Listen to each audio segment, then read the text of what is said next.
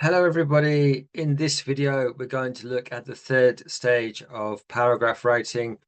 In this video, you will learn how to evaluate the significance of the research evidence in your academic paragraph. So let's briefly review the four stages of paragraph writing. First, we paraphrase the information. Second, we add in-text citations. Third, we make the text cohesive. This is also part of step 2, of course. And then in the third stage, which will be the focus of this video, we will add our evaluation of the supporting evidence. And then in the last video in the series, we will look at how to write the first sentence or topic sentence and the final sentence, which we call the concluding sentence or unity sentence. So we're at the third stage of paragraph writing now. So let's begin by looking at what we call supporting evidence. So this is the section of the text that you paraphrased.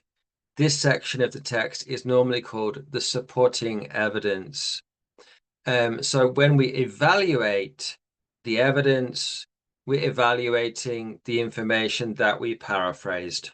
So it's the information from the research article that we need to evaluate. Okay, so now we need to evaluate that evidence. So the first thing to mention here is that every time you include information from research, you should also evaluate that information. So it's not enough simply to paraphrase the information or even quote the information or summarize the information. That is not enough to show full understanding. You should also demonstrate your full understanding of the information in the supporting evidence section. So let's look at how you do that.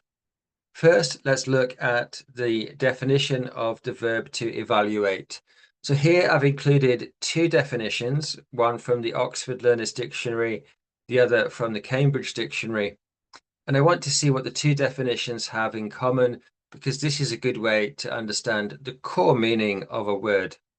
So the first definition says that evaluate means to form an opinion of the amount, value, or quality of something after thinking about it carefully.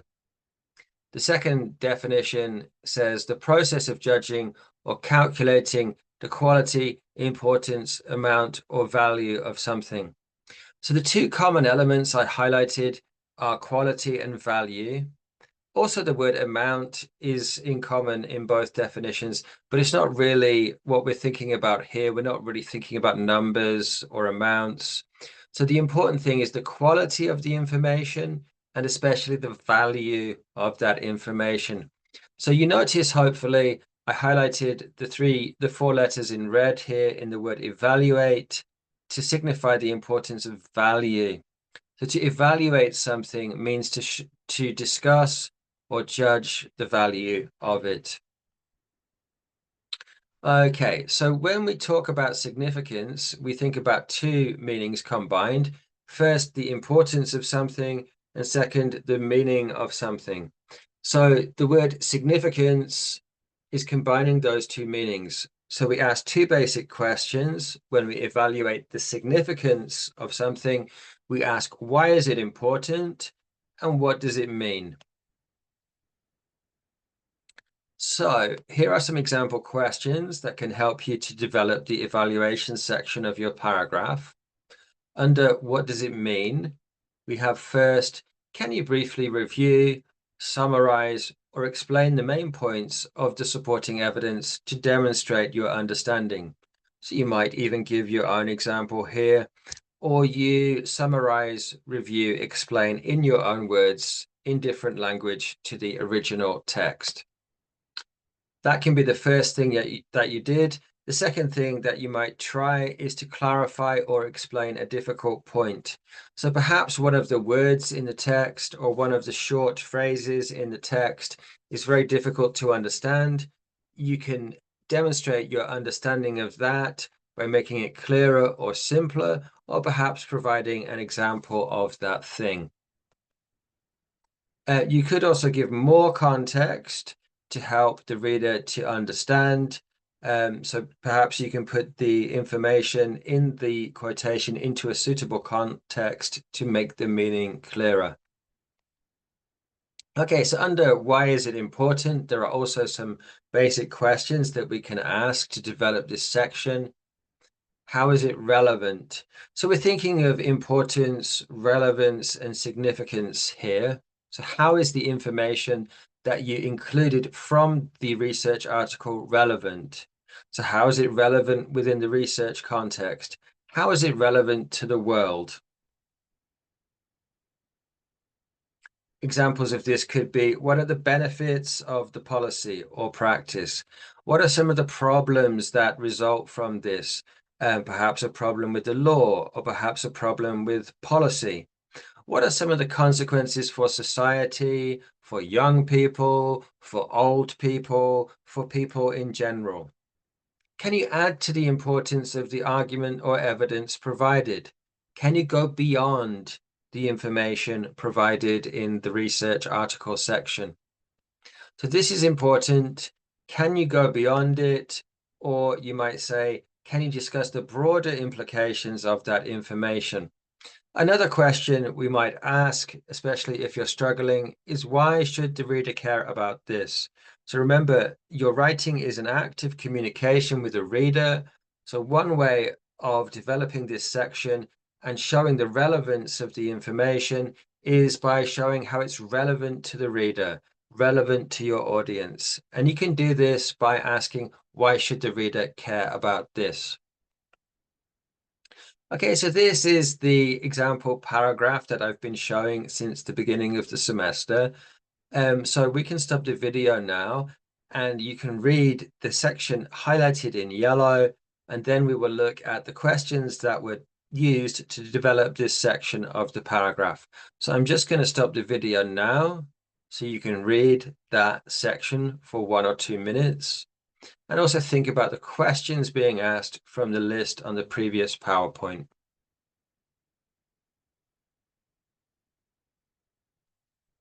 Okay, so here is that paragraph, and here are also the questions I used to develop that paragraph. So the first sentence answers a question like, why is resilience important? Or why is it relevant? So we can see in the first section, it says resilience is important because students inevitably encounter stress in educational environments. So it's relevant to the student. It's important for the student to understand.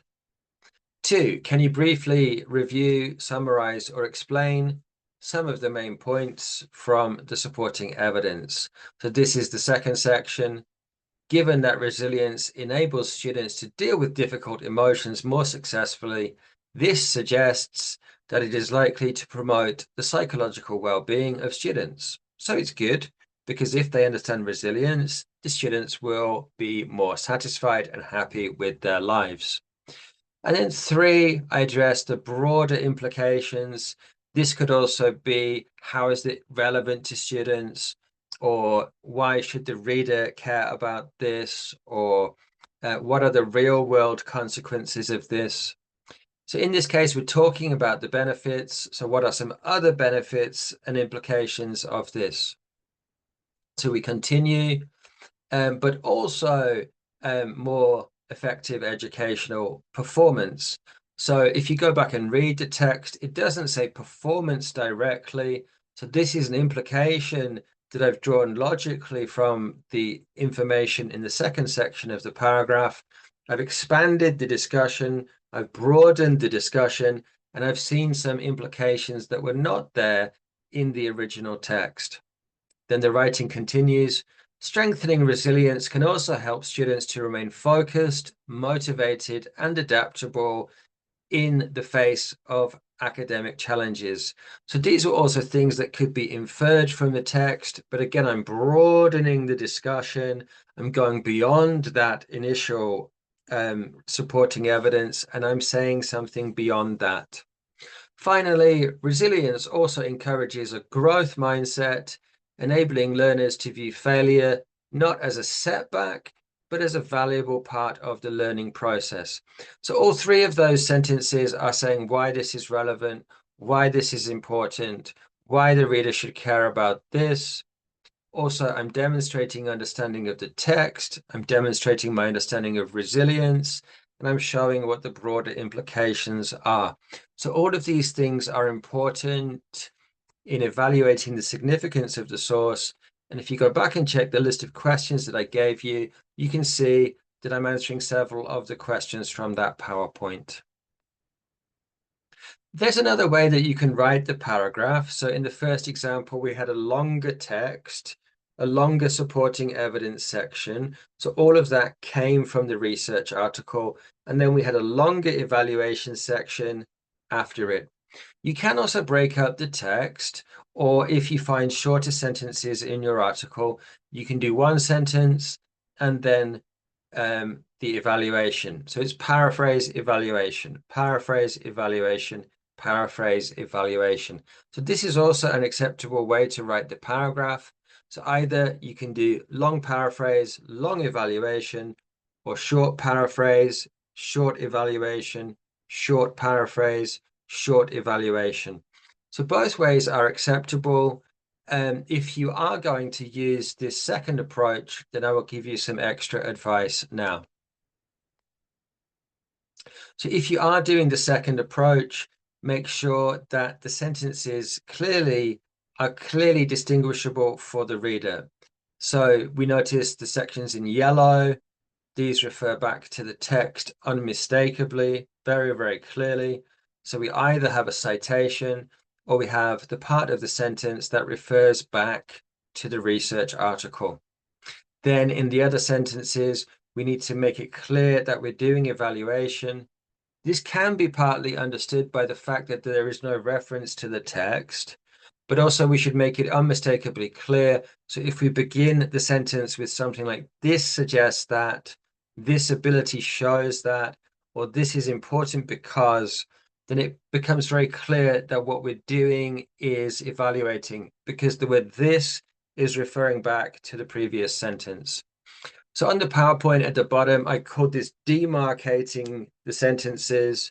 So part of good writing is that the reader knows for sure, the reader knows very, very clearly which sentences come from the research article and which sentences were written by the student. Also, this means you'll get a higher score in the assessment because the communication is clear and I can easily recognize which parts of the assessment criteria you are achieving. So when the citation or the reference to the research is there, I know it's part of the paraphrasing section of the paragraph. And then if the other sentences are clearly marked with evaluative language, then again, I know that this is the criteria I need to check on the assessment criteria. Okay, so if you are going to do the second type of paragraph, then I would recommend that the final section of evaluation is long, because if you're only doing one section or one sentence of evaluation at a time, it's difficult to achieve the criteria of depth. Okay, so I would leave at least 4 or 5 sentences at the end where you can really develop the evaluation in more detail. So this is indicated by the arrow here. This is the longer section of evaluation at the end. Okay, so let's look at some of this language for evaluation. So it's highlighted in the text and also presented on the left-hand side. So here you can see the use of these sentences in the context of the paragraph. And here I've presented them separately as useful language for evaluation. So when you come to write the third section of the paragraph, make sure you're including this type of language, because then this communicates very clearly to the reader that you are doing evaluation. So please take a note of this language and include it in this section of the paragraph. Okay, so final advice for writing a strong evaluation. So number one, go beyond the source. So don't just repeat what the source says, add your own insight. Ask, why does it matter? Why would other people in society care about this? Or perhaps even, why is this important for our futures? Also discuss the broader implications of this. So this is going beyond the information in the supporting evidence section, saying something more, going deeper, going beyond. So to develop your thinking more deeply, don't just stop at the surface level of ideas. Try to explain, try to give your own examples, try to make connections. And something that we didn't mention, you could also predict consequences. This will help to make your thinking deeper and to strengthen the paragraph. Third, remember to use evaluative language like this suggests, this implies, and so on. Fourthly, connect the evidence back to the main topic. So by this point, you should be fairly clear about what the topic sentence is. Remember, the topic is written on your essay plan. But by the time you finish your paragraph, everything in the paragraph should be about that main topic. So make sure that what you're saying is all related to one topic at this stage, and that will make the final stage of paragraph writing much easier. Don't worry if you find this difficult at first. This is a new skill. It will probably be quite difficult for many people to do at first, but the more you practice this, the easier this skill becomes, the better your writing will be, and the more critical your thinking will become. So this was the end of my video about writing the third section of the paragraph, which is how to evaluate the significance of the supporting evidence. Thanks very much. There's just one more video now to come in the series. Okay, thank you, everybody.